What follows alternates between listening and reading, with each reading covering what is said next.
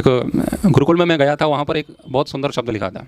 वहाँ लिखा था, गुरुकुल कालवा में था शायद, तो वहाँ लिखा है, एक ऐसे ही फ्लैक्स बैनर लगा हुआ, उस पर लिखा है, सावधान, आप ईश्वर की निगरानी में हैं।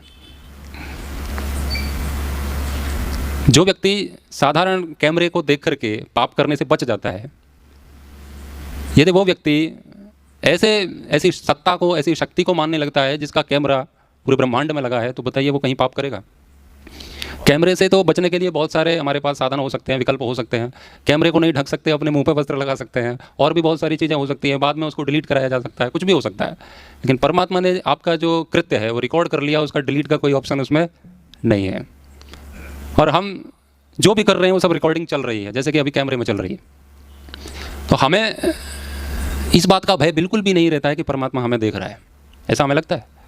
यदि हमारे अंदर ये भावना होती कि परमात्मा हमें देख रहा है, तो हम उस कैमरे की तो अपेक्षा ही नहीं करते, वो लगा हो या ना लगा हो, उससे क्या फ़र्क पड़ता है? उससे तो कोई अंतर नहीं पड़ता ना। अंतर तो तभी पड़ रहा है कि हम उसे मान ही नहीं रहे हैं, हम तो केवल इसी कैमरे से डर रहे हैं। बात यही थी कि हम जो कह रहे हैं ना कि परमात्मा कहाँ है, कि परमात्मा कण कण में है, एक एक छोटी छोटी वस्तु में परमात्मा बैठा हुआ है और वो हमको देख रहा है। ये हमारे लिए कहने की बात है। जब हम ऐसी अनुभूति करने लगते हैं, हमारे अनुभव में ऐसा आ जाता है कि परमात्मा हमें देख रहा है, तो हम कभी भी पाप करते ही नहीं हैं, कर रहे हैं। हमारे जीवन में ना नास्तिकता बहुत है। जब आपने एक बात देखी होगी, कोई विद्वान व्यक्ति है, बहुत बुद्धिमान है, वो भी गलत कर्म कर बैठता है, तो गलत कर्म करता है ना, तब उस समय पर वो ज्ञानी नहीं है। हमारा जो ज्ञान है ना वो बदलता रहता है। एक समय में हमारा ज्ञान कुछ और होता है और एक समय में ज्ञान कुछ और होता है। पहले हम उस बात को ठीक मानने लगते हैं, थोड़ी सी देर में ही फिर उसको गलत मानने लगते हैं, फिर से ठीक मानने लगते हैं। ज्ञान बदलता रहता है। ऐसे ही जब हमें पाप नहीं करना या हमारे मन की अच्छी स्थिति है, तो ऐसी स्थिति में हम मानते हैं कि भगवान हमें सब जगह देख रहा है। लेकिन जब हम गलत करते हैं तो हमारे दिमाग में क्या आता है?